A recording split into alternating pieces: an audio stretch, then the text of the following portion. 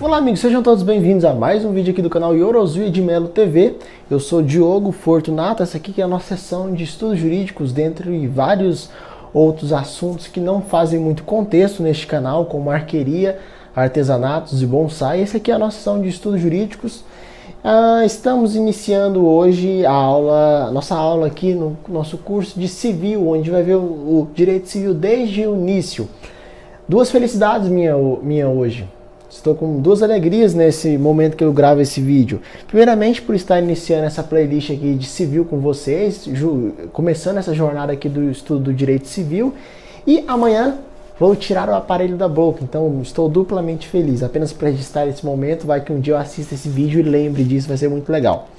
Nesse vídeo, pessoal, nós vamos estudar aqui a LINDB, chamada LINDB, que é a Lei de Introdução das Normas do Direito Brasileiro.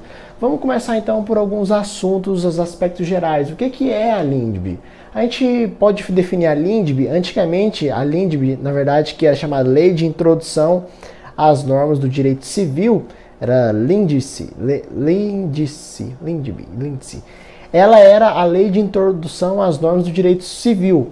Porém, com o Decreto-Lei 4.657 de 42 foi modificado, então, e passou a ser a Lei de Introdução das Normas do Direito Brasileiro. Porque como a gente vai estudar ela, a gente vai ver isso, é uma norma sobre normas. Então ela não é específica ao direito penal, ela não é específica ao direito civil. Ela pode ser aplicada em todos os ramos do direito, ela é uma norma geral. É uma lei que fala sobre lei. Ela é uma lei que vai falar como as leis devem ser aplicadas, como as leis devem ser interpretadas e como elas devem ser também formadas. Então vamos ler aqui para a gente materializar isso que eu falei para vocês. É basicamente uma norma legal sobre as normas legais, de forma a estabelecer a estrutura do ordenamento brasileiro. Não é uma lei de introdução ao direito civil ou direito penal, e sim todas as normas de forma generalizada. Uma norma de como se elabora outras normas, se interpreta e aplica, seria uma lei sobre leis. Vamos partir agora para a segunda parte da aula, que é o tópico 2, que é sobre a vigência da norma legal, que está lá no artigo 1º e no 2º da LINDB. Então, qual que é o momento de existência de uma norma? Lembrando, o que é norma? Norma, a gente já estudou isso em algumas aulas aqui no direito constitucional e também vimos isso em processo civil. A norma é um gênero, da qual tem duas espécies, apenas para a gente lembrar. Norma é o gênero da qual tem duas espécies, as regras e os princípios. Tendo dito isso, vamos continuar. Qual que é o momento de existência da norma? A gente estudou isso lá em Direito Constitucional, pessoal. A gente viu que o momento, lá na primeira aula de Direito Constitucional, a gente viu que o momento que a norma passa a existir a partir da sua sanção. Aqui a gente vai ver, a gente vai complementar aquela nossa aula, que é a partir da sanção ou da promulgação, dependendo do caso. A partir da sanção ou da promulgação, vamos deixar essa diferenciação entre sanção e promulgação para outra aula, ela passa a existir. Mas lembrando, a gente viu lá em Constitucional que mesmo que ela exista, talvez ela não pode ser aplicada, porque existem outros processos que ela vai ter de passar para ter a sua aplicabilidade aplicada ao caso concreto. Então vamos dar aqui continuidade. Ela passa a existir, mas não pode ser aplicada.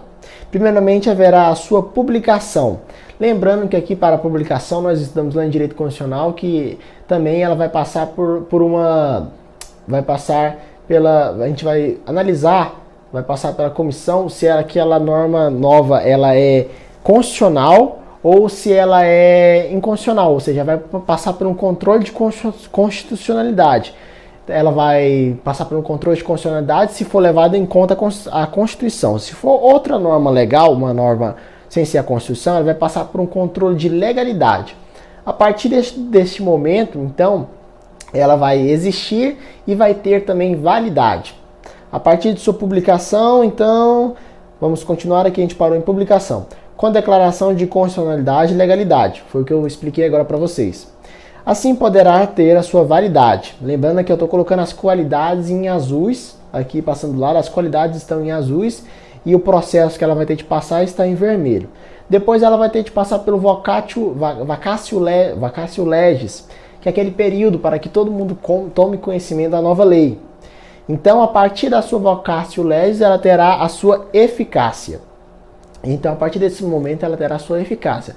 Mas lembrando, nós vimos lá na aula de Direito Constitucional, e eu aconselho a todos assistirem a primeira aula de Direito Constitucional na playlist de Constitucional, que mesmo que ela tenha a sua eficácia, talvez ela não vai ser aplicada ao caso concreto. Talvez ela ainda não tenha a sua aplicabilidade e a sua efetividade. Isso vai depender do caso concreto, mas para a gente saber, mas para um estudo mais aprofundado sobre isso, vamos lá assistir a playlist sobre Constitucional, que lá eu explico detalhadamente esse ponto.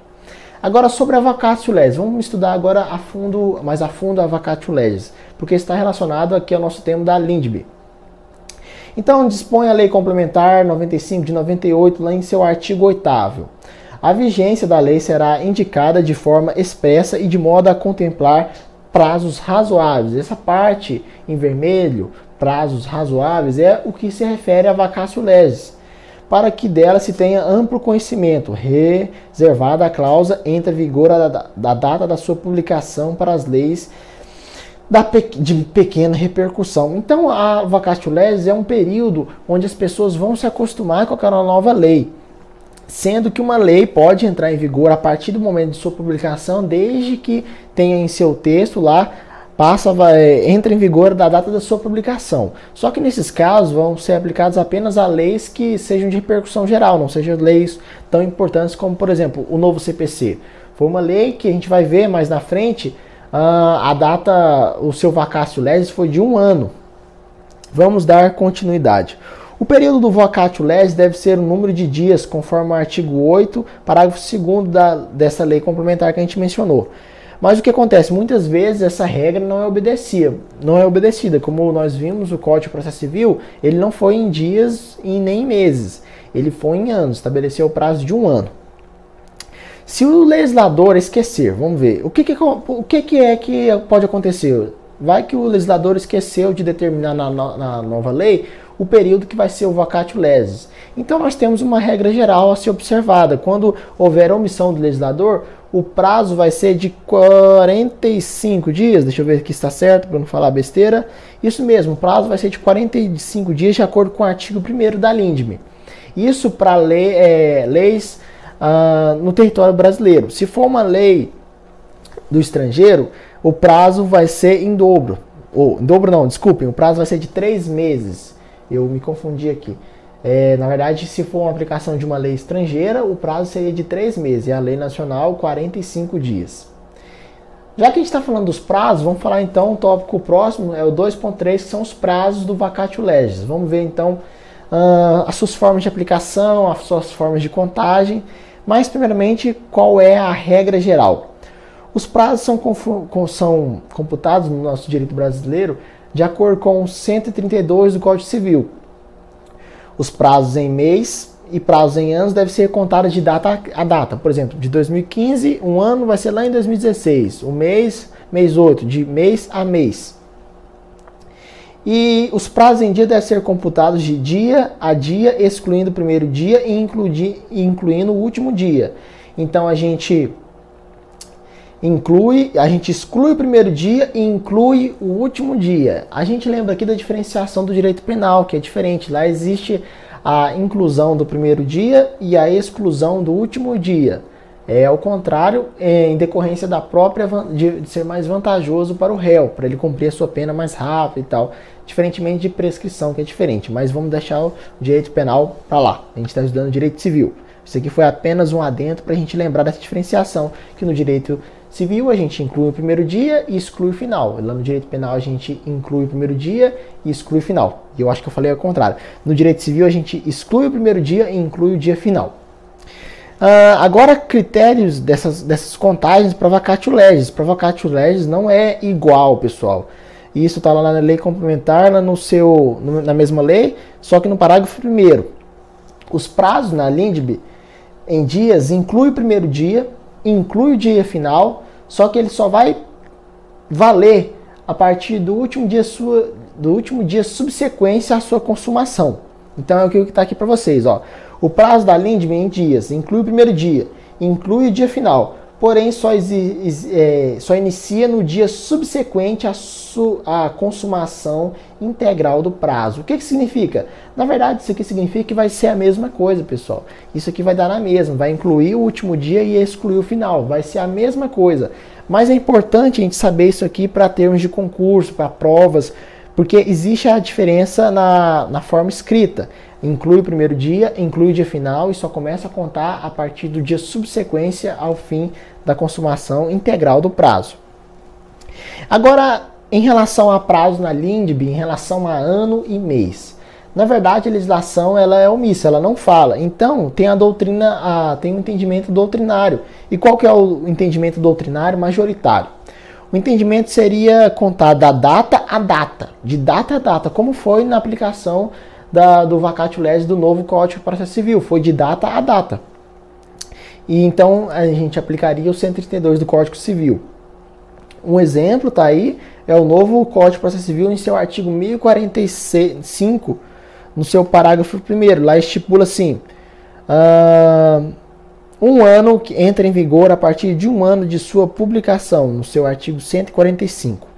Vamos partir para o próximo tópico da aula, que é o item 2.4, que nos fala uma vez em vigor até quando a lei complementar permanece. Isso que está ligado ao nosso segundo tópico, que é a vigência da norma legal. Então, uma vez que entra em vigor, até quando que a norma vai permanecer em vigor? Seja ela uma regra ou um princípio, que eu já falei para vocês. Então, o nosso sistema brasileiro, ele leva em conta o princípio da continuidade das normas legais. Isso está lá no segundo artigo da LINDB. Ele estabelece o seguinte, pessoal: não se destinando à vigência temporária, que são aquelas leis que entram com o tempo certo para saírem fora.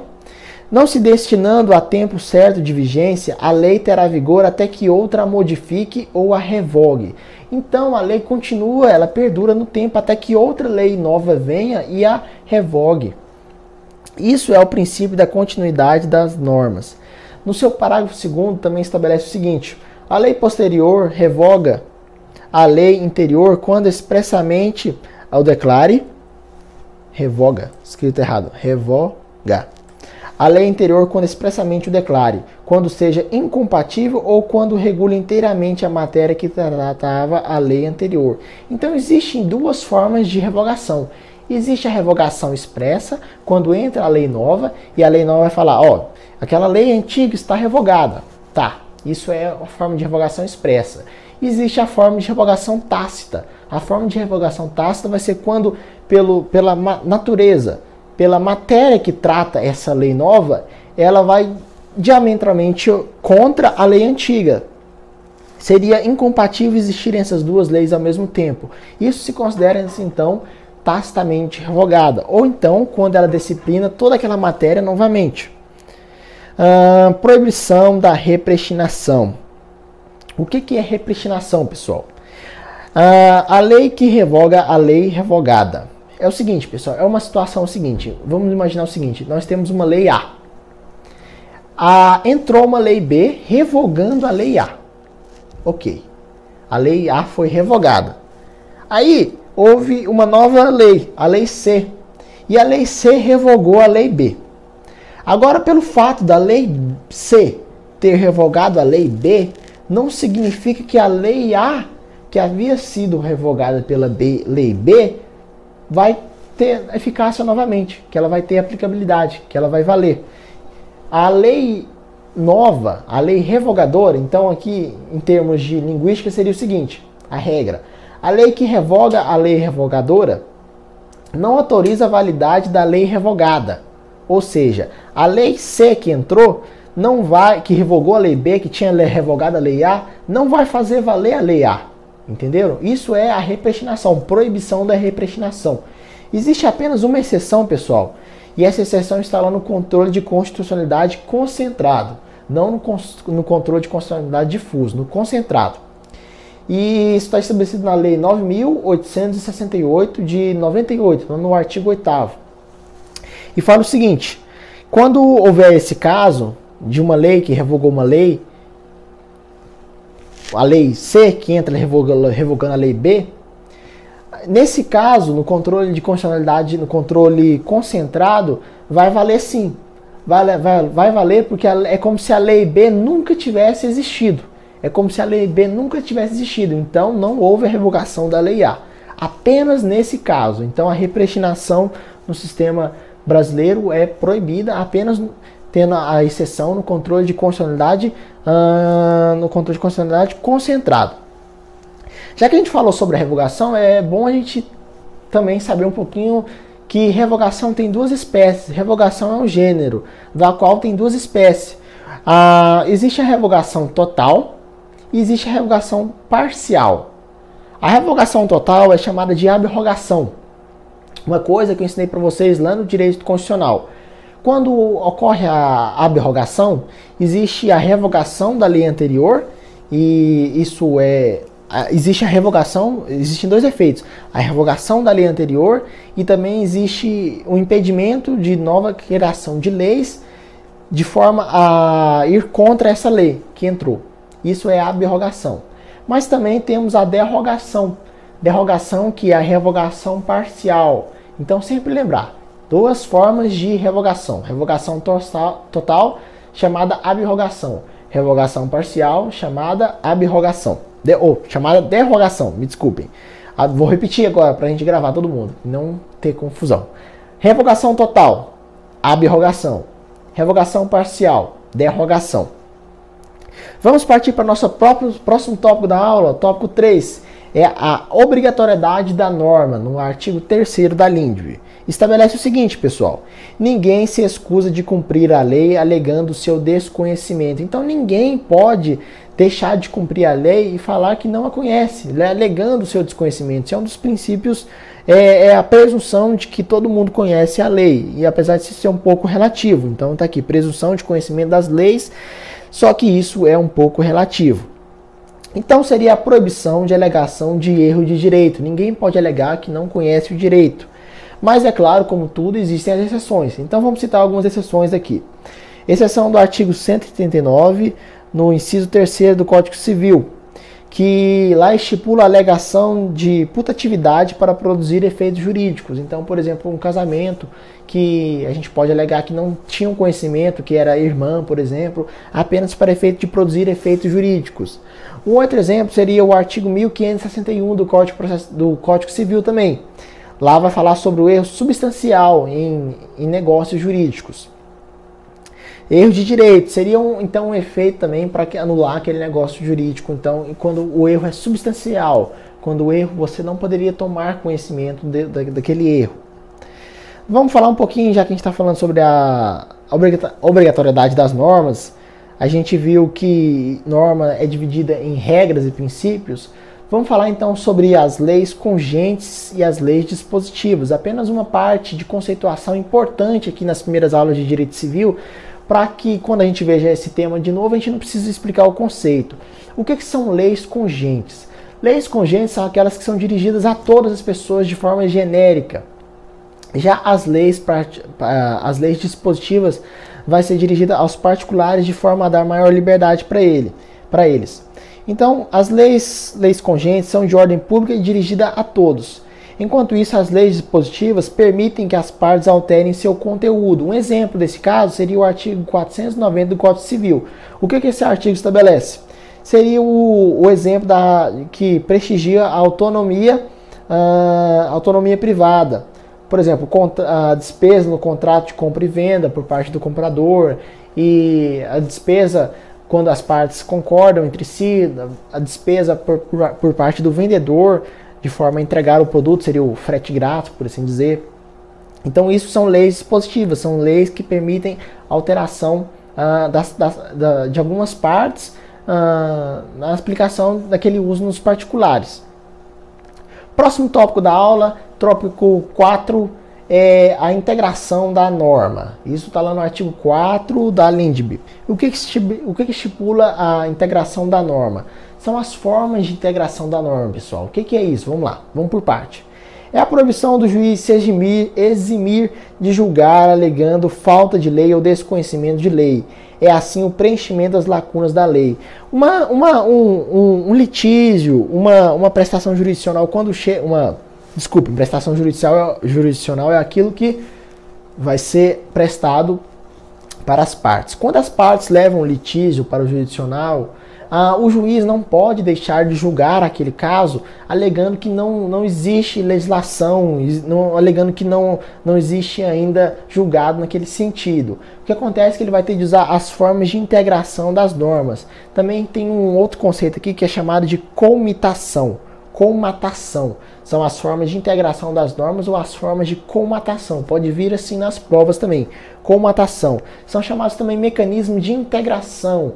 E nós vamos ver aqui que são aqueles primeiros temas que nós vemos no direito civil, da aplicação da analogia, dos costumes, dos princípios gerais de direito e também da equidade. Vamos lá por partes. Vamos começar pela analogia. A analogia, como todo mundo sabe, surgiu um caso que não existe legislação para aquele fato. O juiz vai ter então de aplicar a analogia. Existem dois tipos de analogia, pessoal. Existe a analogia legis, que é quando a analogia legis, quando não existe um assunto tratado, mas existe uma outra lei em um outro assunto que é muito parecido. E a lei pode ser aplicada, então, aquela outra lei pode ser aplicada naquele fato que não tem legislação. Também existe a analogia iuris. Analogia iuris, que é aquela quando não existe uma legislação, nem uma legislação parecida. Então, nesse caso, a gente vai ter de aplicar o contexto geral, aplicar o sistema jurídico como um todo, então, aplicando a analogia nesse caso concreto, então. Também temos os costumes. Costumes que tem 3 tipos também, segundo de costumes, digamos assim. Teríamos os costumes segundo leges, que é quando a lei manda aplicar o costume no seu corpo normativo. Teríamos os costumes ultra leges, que seriam quando os costumes desafiam a lei, ou seja, os costumes, a lei não seria obedecida naquele caso, os costumes iriam muito mais do que a lei fala. E também teria os costumes prater legem, que são usados em outro sentido diferentemente da lei. Então teríamos essas 3 formas de aplicação do costume. Importante mencionar que essas formas de mecanismo de integração da norma, elas devem ser aplicadas religiosamente de forma hierárquica. Isso significa que, primeiramente, o juiz deve aplicar analogia, se não for o caso, os costumes, depois os princípios gerais de direito e, em último caso, a equidade. Mas vamos sem pular etapas. O que são os princípios gerais de direito? Que não devemos confundir com os princípios fundamentais do direito, que são aqueles princípios que nós já estudamos aqui, do devido processo legal, da ampla defesa, do contraditório, do juiz natural, todos aqueles princípios fundamentais, que em cada matéria vai ter os seus princípios da sua matéria. Direito civil tem os seus, processuais tem os seus, mas enfim, o que são os princípios gerais de direito? E esses sim são aplicados a todos como um geral. Quais são eles? São 3 basicamente que nós podemos dizer. Seria não lesar a ninguém. Primeiro seria não lesar a ninguém. Também teríamos dar a cada um o que lhe é direito e viver honestamente. Então isso que seriam os princípios gerais. Viver honestamente, dar a cada um o que lhe é direito e não lesar a ninguém. Esses são os princípios gerais de direito. E por último, nós teríamos a equidade. Equidade, que significa equilíbrio, justiça. O juiz vai aplicar aquilo que ele acha mais justo aplicado ao caso concreto. Importante dizer que a equidade deve ser aplicada apenas quando a legislação der autorização para o juiz. Então, é muito subjetivo. Por isso mesmo que deve ser aplicada apenas quando a legislação der autorização, porque é uma coisa muito subjetiva. Cada um tem uma noção diferente de justiça. Cada juiz mesmo vai ter uma noção diferente de justiça. Então, o artigo 4 da LINDB estabelece que quando a lei for omissa, o juiz decidirá o caso de acordo com a analogia, os costumes e os princípios gerais de direito. Foi o que a gente viu aqui agora. Tópico 5 é a interpretação das normas. Lá no artigo 5º da LINDB estabelece o seguinte, pessoal. Na aplicação de uma lei, o juiz deverá atender aos fins sociais a que se destina a exigência do bem comum. Então, toda vez que houver a aplicação de uma norma, uma lei, o juiz sempre vai ter de se atender ao objetivo daquela norma, ao objetivo ligado aos fins sociais daquela norma. Por exemplo, um exemplo aqui seria no direito penal, para a gente contextualizar. O objetivo da aplicação da norma seria justamente no direito penal. É claro que isso não funciona, na minha opinião não funciona. seria sempre visando a ressocialização do preso. É claro que esse seria o objetivo a ser observado, visando sempre aqueles caráteres, o caráter punitivo, o caráter ressocializativo. Só que é claro que isso não funciona muito bem no nosso sistema no nosso sistema brasileiro. Então, toda interpretação deve atender aos fins sociais que se destina. Tem até mesmo um recurso especial do STF, lá o recurso 41.110 de São Paulo, e lá o STF se manifestou, falando que a finalidade social que se dirige uma norma jurídica. É claro que quando acontece a interpretação, quando a gente faz uma interpretação de uma norma, a gente pode ter três formas de interpretação, basicamente. A gente pode ter uma forma de interpretação ampliativa, quando a gente amplia aquela leitura, aquela lei. E, por exemplo, um caso desse seria no caso dos direitos fundamentais. Sempre que a gente lê os direitos fundamentais, principalmente no artigo 5º da Constituição Federal, a gente tem uma visão mais ampliativa, né, mais direito garantista, nesse sentido. Também teríamos uma visão mais restritiva, uma interpretação restritiva. Nesse caso aqui, um exemplo seria os casos de aval, de fiança, também lá no direito penal, sempre uma visão mais restritiva. E também teríamos uma interpretação declarativa, apenas declarativa do que consta na lei. Aqui está muito ligado ao direito administrativo, pessoal. Aqui é muito ligado às normas do direito administrativo. Próximo tópico, tópico 6. A nossa aula está quase acabando, temos apenas mais 2 itens. Que é o tópico 6, a aplicação da norma no tempo, e o tópico 7 vai ser a aplicação da norma no espaço. Vamos primeiramente a aplicação da norma no tempo, que está no artigo 6 da LINDB, também lá uma cópia do artigo 5º da Constituição Federal no inciso 30, ou quer dizer, o contrário, né? A cópia da LINDB na Constituição Federal. Então aqui existem, essa lei foi principalmente formulada para resolução de conflitos de leis no tempo e métodos de resolução de hermenêutica. O que seria isso, pessoal? O artigo estabelece o seguinte: a lei em vigor terá efeito imediato e geral. Então, quando a lei entra em vigor, ela vai começar imediatamente a ser aplicada. Isso aqui é o princípio da irretroatividade da lei penal. Ela não retroage, ela não volta. Lembrando lá que no direito penal ela retroage para beneficiar, mas a gente não está estudando direito penal, como eu falei no início. Respeitando sempre o ato jurídico perfeito. O que é o ato jurídico perfeito? Ato jurídico que não está pendente. O ato jurídico perfeito é aquele ato jurídico que não está pendente. Vai ter de respeitar também o direito adquirido. E toda vez que a gente ouvir essa palavra, direito adquirido, a gente lembra sempre de uma relação patrimonial. Porque o direito adquirido é aquilo que se incorporou ao patrimônio do titular. E também vai ter de respeitar a coisa julgada. Coisa julgada todo mundo já sabe, que é aquela decisão que não cabe mais recurso. É a qualidade da decisão judicial contra não cabe mais recurso. Então a lei nova pode retroagir apenas quando houver expressa previsão legal. E quando ela retroagir, ela vai ter de se observar o ato jurídico perfeito, a coisa julgada e o direito adquirido. Lembrando sempre que a regra geral é que não retroage, é irretroatividade da lei. Isso é levado em consideração em todos, lembrando sempre, todas essas normas que nós estamos vendo aqui é de forma genérica e aplicada na interpretação de todas as outras normas.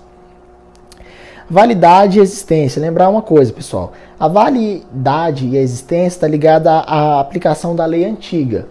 Já a sua eficácia está ligada à aplicação da sua lei nova. Último tópico da aula, para encerrar, eu também estou com uma leve dor de cabeça, isso atrapalha um pouco da aula, mas seria a aplicação da norma no espaço. Está no artigo 7º e 8º aqui. Qual que é a regra geral? Está dentro do Brasil, aplica-se a lei brasileira. Mas existem alguns casos que, estando fora do Brasil, pode aplicar a lei brasileira, estando dentro do Brasil, pode se aplicar a lei estrangeira. Isso seria, então, a aplicação das normas no espaço, das normas no espaço. Vamos ver, então, caso a caso. Regra geral, princípio da territorialidade. Estabelece que a lei brasileira, dentro do território brasileiro, se aplica-se a lei brasileira, a lei nacional. Vamos ver agora o difícil, que são as exceções, a exceção da regra geral. Aplicação da lei brasileira fora do Brasil. Então, casos que pode aplicar a lei nossa fora do Brasil. Um exemplo seria a aplicação pelas autoridades consulares no exterior. A Lei 12.874 de 2013, lá em seu artigo 18, parágrafo 1º e parágrafo 2º também da LINDB estabelece isso. No artigo 18, parágrafo 1º e 2º da LINDB. Então aqui seria, por exemplo, separação, divórcio de brasileiros no estrangeiro. As autoridades consulares podem, então, divorciar e também fazer a separação de brasileiros que estão residindo no estrangeiro. Outra forma da aplicação de estrangeira dentro do Brasil, aplicando a lei lá de fora aqui dentro do Brasil. Então temos primeiramente o estatuto pessoal, ou seja, se uma pessoa é residente fora do Brasil, vai aplicar a lei daquele país a essa pessoa. Mas existem alguns casos, seria aqui a regra do domicílio. Se o domicílio da pessoa for no exterior, irá aplicar a lei de seu país. Mas seriam alguns os temas. Exemplo, em casos de nome, capacidade e direito de família. Não é tudo. A gente não vai, por exemplo, uma pessoa cometer um crime aqui no Brasil. A gente não vai aplicar a lei do exterior a essa pessoa. Me desculpem. Me desculpe. Outras exceções específicas para acabar nossa aula. No que tange a bens imóveis. Bens imóveis. Vai aplicar a lei do lugar que tiver situado aquele imóvel. Bens móveis que a pessoa trouxe consigo. Segue a regra da aplicação do estatuto pessoal, ou seja, a regra do domicílio que eu falei para vocês. Contratos internacionais. Vai aplicar a lei da residência do promovente. O promovente que fez o contrato internacional vai aplicar a lei do promovente daquele contrato. Herdeiros no estrangeiro. Vai se aplicar então, levando-se em conta o benefício que vai receber a herança, a lei mais favorável ao herdeiro. Era isso que eu queria falar para vocês, pessoal. Espero que tenham gostado dessa aula. Vamos então, na próxima aula, dar continuidade a essa playlist aqui de Direito Civil e até o nosso próximo vídeo. Eu sou o Diogo Fortunato, obrigado pelo seu carinho, pela sua paciência e por sua audiência.